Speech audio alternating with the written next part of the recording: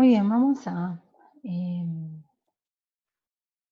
probar ahora que tenemos la convergencia de vectores, teoremas que permiten hablar de cómo se porta la, la convergencia casi segura en probabilidad y en distribución con respecto a aplicar una función que sea continua. Entonces vemos el teorema 717 nos dice lo siguiente: si xn converge a x casi seguramente y g es una función que va del espacio R que es continua, entonces g de xn converge casi seguramente a g de x como vector. Lo mismo pasa si lo que nosotros tenemos es una convergencia en probabilidad de los vectores. Si el vector xn converge en probabilidad al vector x y g es una función continua, entonces tenemos que g de xn converge a g de x en probabilidad. Y en distribución, para la cual no vimos una noción vectorial que se puede dar, pero no lo hemos dado, parece que no vale la pena ir por ese lado, que es muy complejo.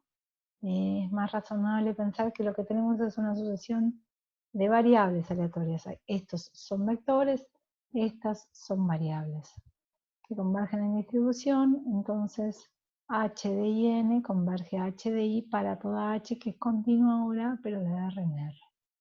Entonces, con todo lo que ya probamos, probar este teorema va a ser sencillo. Y el resultado va, responde a distintos argumentos para los distintos tipos de convergencia. Entonces, para el primer tipo de convergencia responde a algún argumento coordenada a coordenada. Entonces, ¿cómo es en este caso el argumento coordenada a coordenada? Uno define conjunto de omeguitas en omega, tales que el vector xn de omega converge al vector x de omega.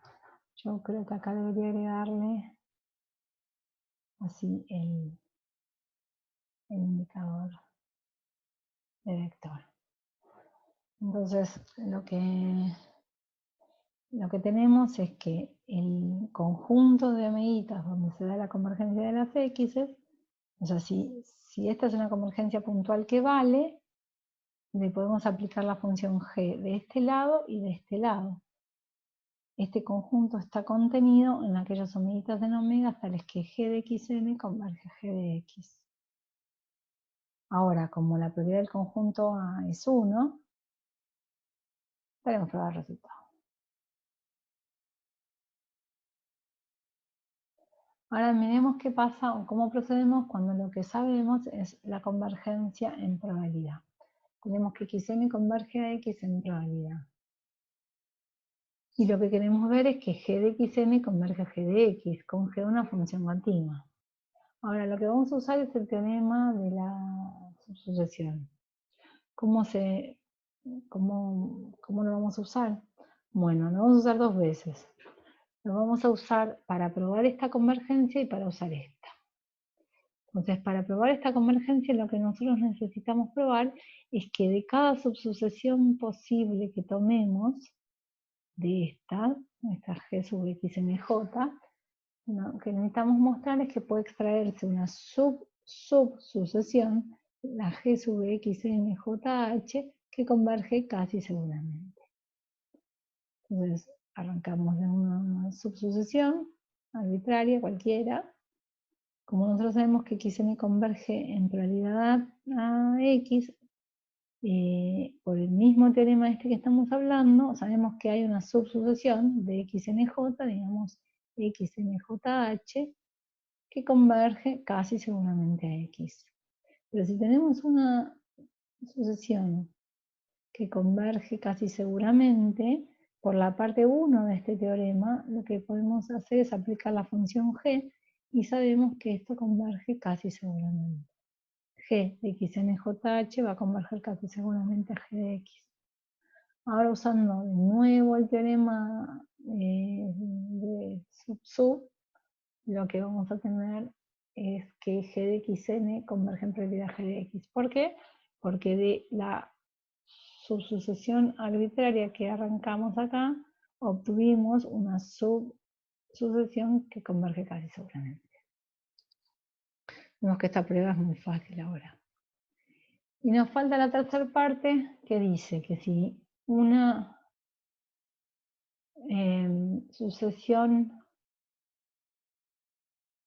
x sub n convergía en distribución a x, bueno, en el enunciado está puesto con... No estoy segura cómo puse esto en el enunciado. Sí, lo puse con i sub n. Corrijámoslo. Acá en el enunciado lo debería poner con x sub n y x. O si quieren mejor... Bueno, sí. X sub n y x. Acá. Con x sub n y x variables aleatorias. Para que sea... de A no se entiende si son variables o vectores. Variables aleatorias. Así, ahí está bien.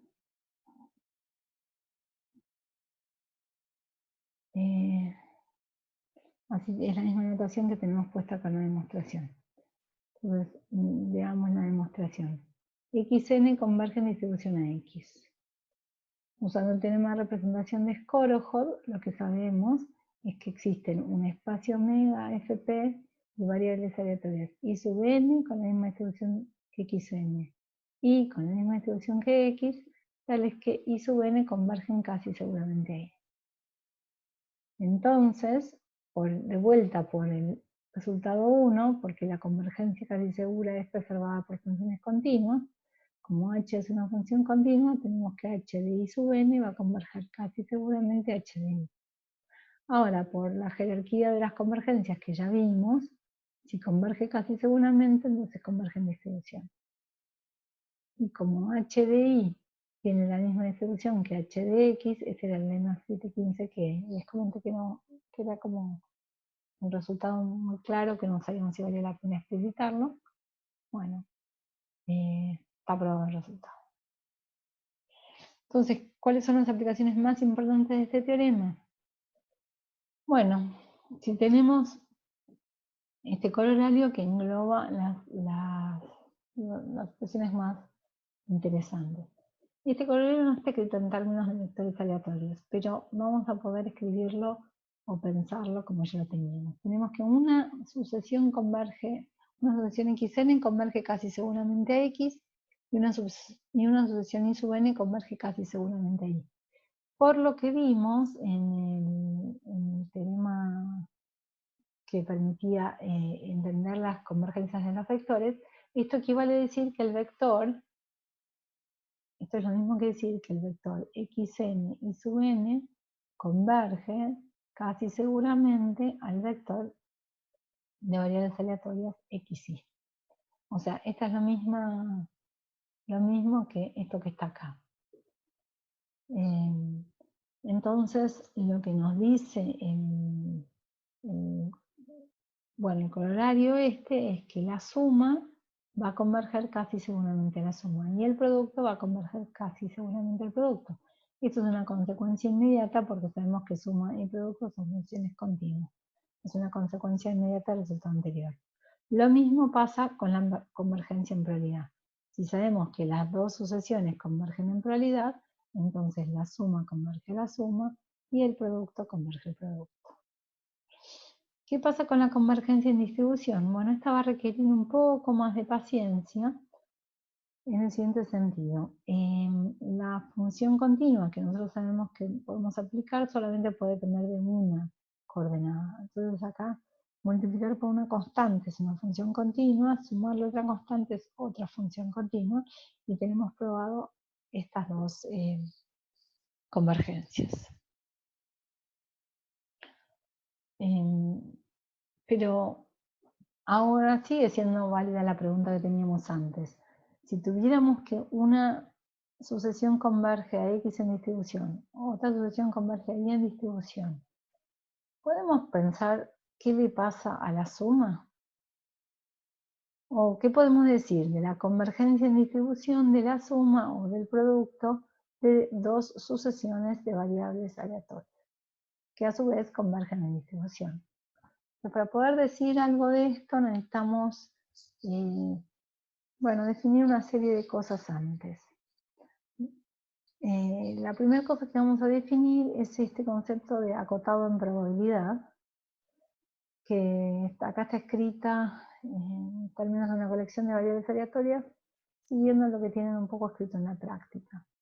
Vamos a decir que una colección de variables aleatorias es acotada en probabilidad, en inglés se la llama type, si para todo epsilon hay una constante m que satisface esta condición. Eso quiere decir que, vamos a leer la condición, dice que el módulo de x alfa es más grande que, o sea, la probabilidad de la región donde x alfa es más grande que m es muy chiquitita. Y muy chiquitita para todo alfa en el cuantificador o en el espacio donde se mueve el índice de la colección de variables aleatorias. Nos van a interesar cuando estos sean los naturales, digamos. Vamos a hablar de sucesiones, pero está escrito más en general. Lo que dice esta afirmación es que esencialmente la colección esta es acotada.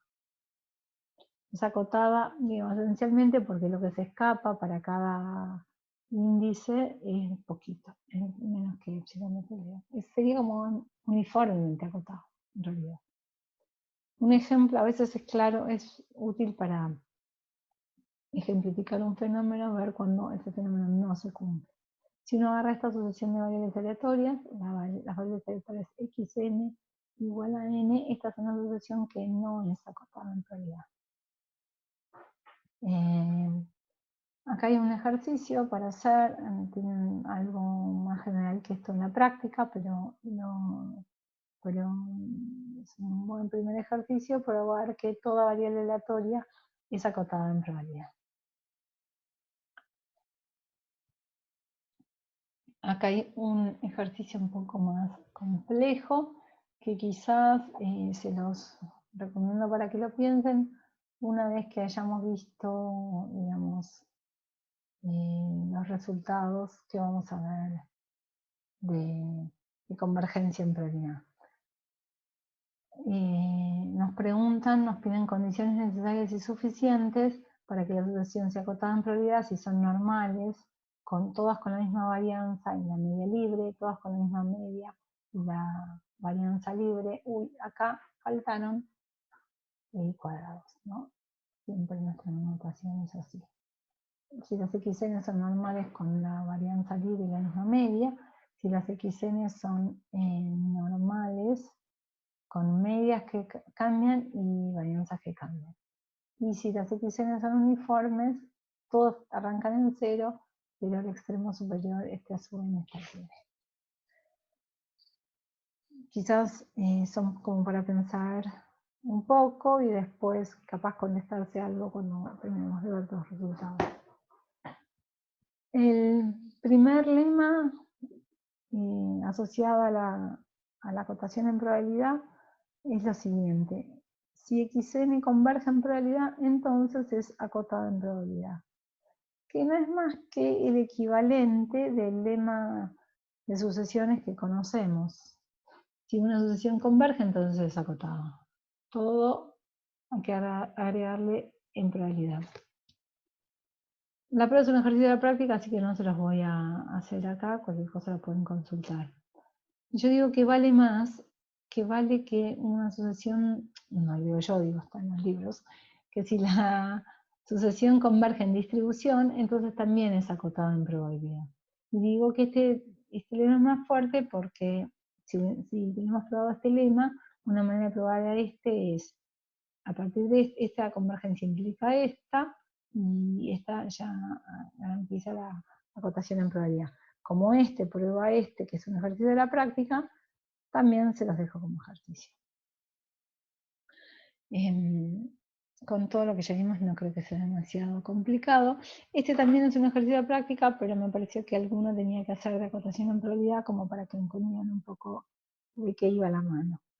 Y como esto lo vamos a usar fuertemente después, bueno, lo voy a contar. Vamos a mirar lo que dice. Dice, si una sucesión es acotada, converge a cero, y después tenemos otra sucesión que es acotada en probabilidad, entonces el producto converge a cero. Lo mismo que pasa, uy, me enloqueció el mouse. Lo mismo que pasa con la convergencia de sucesiones, ¿no? Si uno tiene una que tiende a cero y una acotada y las multiplica, acotada por una que tiende a cero, digamos, es el mismo resultado. Entonces, ¿cómo probamos esto? Bueno, si tenemos que probar convergencia en probabilidad cero, una manera que tenemos es tratar de caracterizar este conjunto para todo epsilon positivo. Entonces, como esta sucesión es acotada en probabilidad, lo que nosotros sabemos es que existe una constante. Vamos a arrancar acá, que dado un delta, existe una constante, tal que la probabilidad de que y sea más grande que m es más chico que delta para todo n mayor o igual que 0. Entonces, lo que queremos es acotar esto, y lo podemos acotar partiendo en dos el conjunto. Entonces, decimos, pasa esto y a la vez IN es grande, o pasa esto y a la vez IN es chico. Y esto es una unión disjunta porque lo que estamos haciendo acá es separando en dos conjuntos disjuntos, o IN es mayor o es menor o igual que N.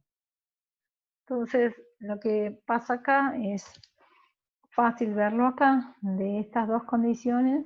En el primer conjunto nos vamos a quedar con esta, o sea, este conjunto que es una intersección está contenido en este conjunto de acá, que es solo uno de los dos que están adentro de la intersección. Y por otro lado, este conjunto de acá, lo que podemos ver es que está metido acá adentro, o sea, y esta por supuesto ya era una unión disjunta, sigue siendo una unión disjunta. ¿Por qué vale esto? Bueno, se puede mirar al revés, ¿no? Digo, porque es más fácil con las desigualdades. Ver que si esto no pasa, entonces o bien esto o bien esto no pasa. Bueno, y si no, ver que si estas dos condiciones se satisfacen al mismo tiempo, vale esto. Bueno, les dejo esta contención para que la piensen un rato. Entonces, una vez que tenemos esta contención de acá, lo que podemos decir es que, tomando probabilidades, la probabilidad de este conjunto es más chica que la suma de estas dos probabilidades. Pero esencialmente, fíjense que esta contención lo que está diciendo es el producto de estas dos variables, del módulo de estas dos variables. O sea, el producto del módulo de xn por el producto del módulo de xn por el módulo de in es más grande que epsilon. Sí, solo sí, o bueno, esto implica que pasen una de dos cosas, o IN, o sea, el producto es grande, si IN es grande o si XN es grande. Mejor dicho, está bien dicho, sí. Bueno, entonces, que esto sea grande tiene una probabilidad chiquitita porque IN es acotada en probabilidad. Eso no está condición de acá. Y esto sabemos que se va a ir a cero cuando n se vaya a infinito, porque xn tiende en probabilidad a cero. Entonces lo que podemos hacer es tomar límite. Quisiéramos tomar límite, pero no sabemos que el límite existe, entonces vamos a tomar límite superior en esta desigualdad. El límite lo vamos a tomar primero con respecto a n, nos queda 0 menor o igual que el límite superior de esto, el delta que se conserva, y el límite con respecto a n de esto, o el límite superior, es igual al límite y vale 0. Ahora tenemos que esta desigualdad vale para todo delta. Acuérdense que el delta y el epsilon los elegimos independientemente, no tienen nada que ver uno con el otro. Entonces tenemos esta relación y ahora lo que tenemos que hacer es tomar delta, tomar límite cuando delta tiende a 0 para ver que este límite superior vale 0 y por lo tanto, como además es positivo, es igual al límite y xn por i sub n converge en probabilidad a 0.